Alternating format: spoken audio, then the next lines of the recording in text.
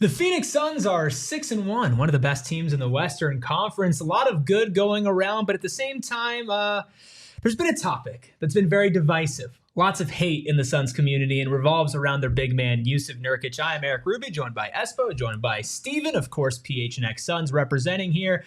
And we're going to just briefly dip our toe into the Jusuf Nurkic waters, and not is he good? Oh, can the Suns play him? They're going to have to play him, Espo. He's going to be on the court. But the question is posed, is Jusuf Nurkic a good enough center for the Suns with this roster to win a championship? If he's the only center that you're playing significant minutes, no. If he's part of a platoon, yes. That's been my stance from word one. And I know I've taken crap for it because I've been called a Jusuf Nurkic stan, but the reality is you have to have a platoon. He's part of it because he can play against certain types of centers that you very well may face in the playoffs, right? But then you need an athletic or a rim rolling center or a pick and pop center to go along with him and Mason Plumlee. Their biggest problem this offseason is even though they're not exactly alike, I think Mason and Nurk are too much alike to really have contrasting centers that you can play with. Do you feel the same way, Steven? I feel the same way to an extent. I think that he's as insulated as he can be in a starting group with this team in terms of scoring. Also has multiple pick and roll partners to where it doesn't have to just be one partnership that's feeding him the ball. All other four starters can feed him in pick and roll. So I think there's a lot of value to that. But I do think that, to Espo's point, there's a little bit too much redundancy between him and Mason Plumlee. Now, the caveat would be if Oso Ighodaro was able to combine both of what those two do in a younger version and also add all the versatility that he brings as well. The issue is, though, he's not the size that they need him to be to play 5 minutes on consistency. He also doesn't space the floor. So it's kind of contrasted in that sense. Well, I think he actually is worse at spacing the floor when you look at it because all he's got is that push shot. So even though he's so good at passing, you kind of have another flaw. And I think one of the things that people are underrating when it comes to the playoffs is that your Kevin Durant at center button is probably going to be pushed quite often, even when you go up against the type of centers that Jusuf would match up well against, like a Nikola Jokic. You're probably going to press the Kevin Durant playing down low at the big just to spread them out, just to lean into your offensive identity. I don't know if Jusuf Nurkic is going to be playing over 20 to 25 minutes per game when the playoffs come. I don't think you can lean into that Kevin Durant at center too often for too long a stretches. I think it's a good change of pace for a short burst in a game, but I don't think it's fair to KD, and I don't think it's fair to the team to put him there for significant minutes. You need to find a center to go along with Jusuf Nurkic that can help you spread that floor, that can help create that 5 out more than putting KD down there. Because I think you create more problems than you solve by moving KD down there for significant minutes. I mean, right now, Jusuf Nurkic shooting 21.1% from three, but he spoke at practice earlier today, Steven, mentioning that he still has the green light. He's still going to shoot. What percentage does he have to get to be at a point where he's more viable to play in these postseason scenarios? I would say 33. That's a big jump. That's a big jump, but but that's still below average though at the same time. But it's 6 percentage points higher than he's done in his career too. It is. I think that's what it takes to get that specific shift.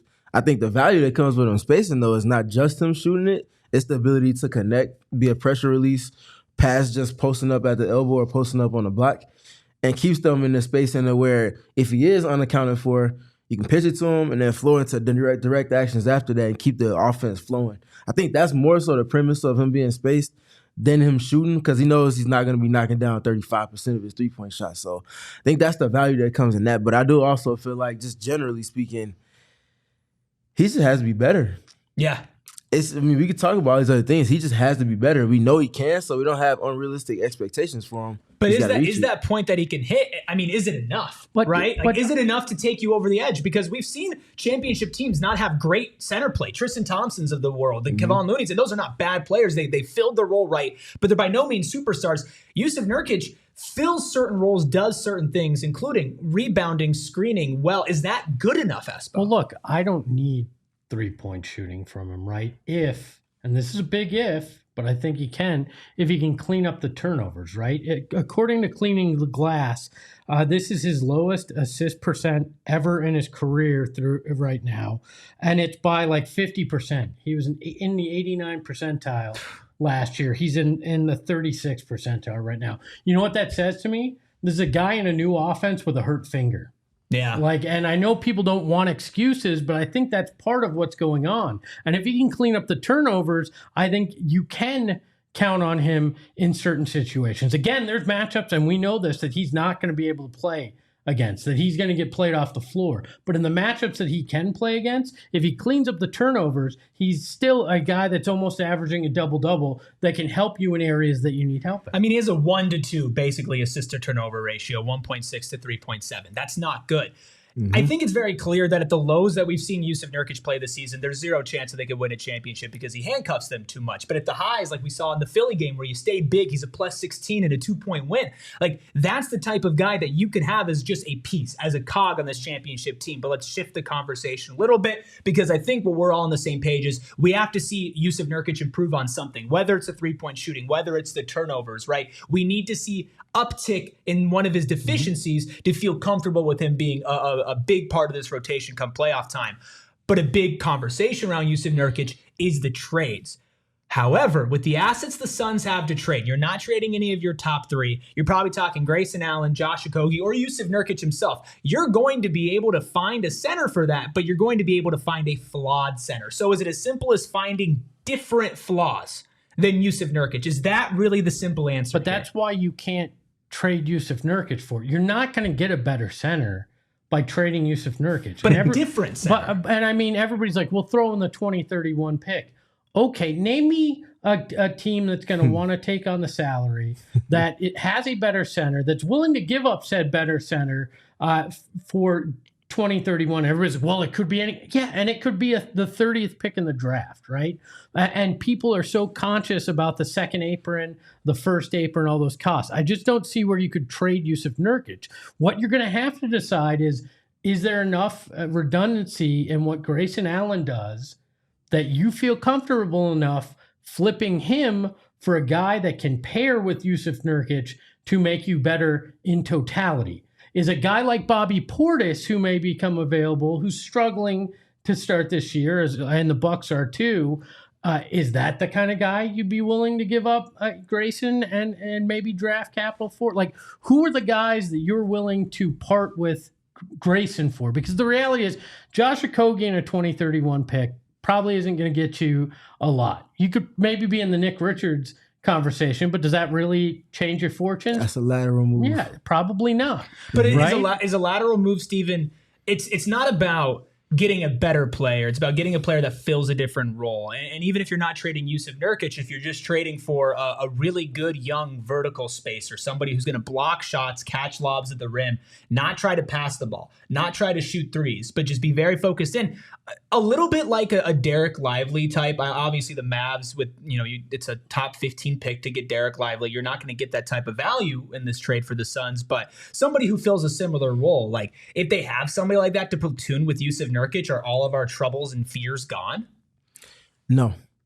And I say that because I just don't feel like trading Grayson for someone the likes of Nick Richards is going to fill the hole that you needed to, like, to the extent that you're going to get similar value in a different way that Grayson brings to your team. That's the issue with me for that. I would be much more akin to the Bobby Portis dynamic of it. For full transparency, I always wanted the Suns to go and get Wendell Carter Jr. for Grayson Allen. Now, obviously, they needed shooting. They still need it. He's just signed an extension, so that makes things a whole lot more tough as far as that goes. But just to give an example, the type of center that I was looking for, someone who's still not without flaw. Injuries have been something. Sometimes offensive inconsistency as well. But the defensive consistency and the versatility there, I feel like it's something that would have truly kind of supercharged the center group. You have an offensive-minded center in Nurkic. You have a defensive-minded center in Wendell Carter Jr. that does a lot of the athletic things. If Nurkic is slipping, you can coast by on offense with Wendell, even with his inefficiencies at times, because of the value he brings on the opposite end of the floor. I think that's tough, though, because Orlando has eyes set on trying to compete in the East, right? Mm-hmm. I mean, and a lot of people thought that might be a fit because they needed shooting. They addressed some of that in the offseason. We know you can never have too much shooting, but again, is giving up Grayson worth that? Does it put you in that conversation as a guaranteed title, a team that has a definite title chance? I don't know. And there's a lot of question marks in trying to figure that out. And it's about, as much as we'd like to think that the trade machine is the answer to everything and we just simply put a few pieces in and bam, it works math-wise, it takes another GM to go, I want that, right? Yeah, it's not and I think that's the part that people forget is this takes two to tango, right? Absolutely. We're going to need to find another group that actually wants to take what the Suns are willing to give up to get a piece. And you're not giving up nothing to get something. People always think that you can. You can't. Yep. All right. So what's the answer that you can actually get done? And that's up to James Jones to figure out answer isn't enough if you're sitting here with the pitchforks out trying to say that this center position isn't palatable. And to that point, you said done. You push him to the forefront, lean more into his growth, expand his role some. Obviously, he's not without flaw as well, which we've all spoken to. That's where the second piece comes in. I always said that I feel like it's going to be two of Okogie, Dunn, and Allen that gets traded. Maybe all three, but I just put my money and my chips on two of those three being traded because I don't think just one is going to be able to get it done for you. Obviously, you can't aggregate those salaries, but I feel like it's going to be individual trades with those two of those three players that ultimately nets you what you need if you can make it happen. Not to rain on the parade with the trade machine, Bobby Portis, there's no salary on the Suns that line up. Both teams are in the second apron, not happening.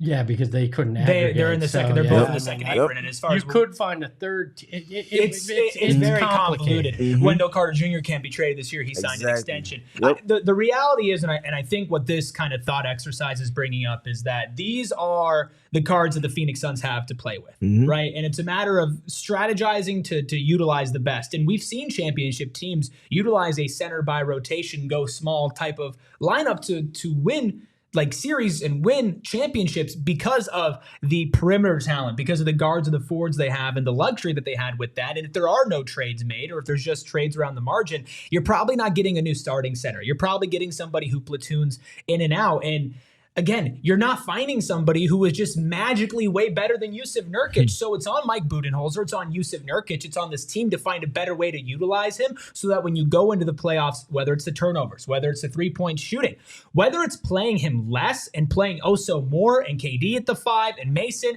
and Jusuf, and it's just a constant in and out, maybe even a little done at 5. There are options here for them to move forward. And maybe that's what everybody's missing. Maybe it's the fact that Mike Budenholzer will be willing to experiment like that, to be willing to pull people and have a shorter leash than we saw with Frank Vogel. I think that might actually be part of this solution and why it maybe works in the playoffs. And just to kind of conclude for me, we've seen him already experiment with Ryan Dunn and Royce O'Neal at the center position without Kevin Durant on the floor. I think that's a extended length of versatility that he's shown the willingness to experiment, quote unquote, with, but also find effectiveness from it because of how well Royce O'Neal has played. And then the other big thing for me, another person me and Espo talked about was Robert Williams III. Obviously, another player that's seen injury history, but we've seen him be an impact piece on a championship level team, a team that also plays small in stretches. So there's options out there. No option is without flaw, but I do think that these kind of outlets can help them a ton in terms of bridging that gap.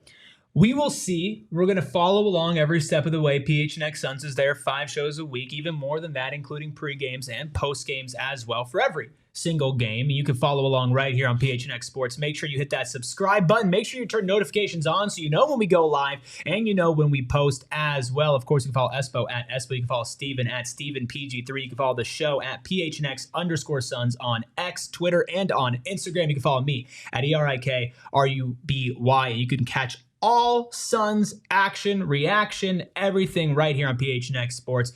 We'll be back talking about Jusuf Nurkic and every other thing going on with this team. We hope you're there with us.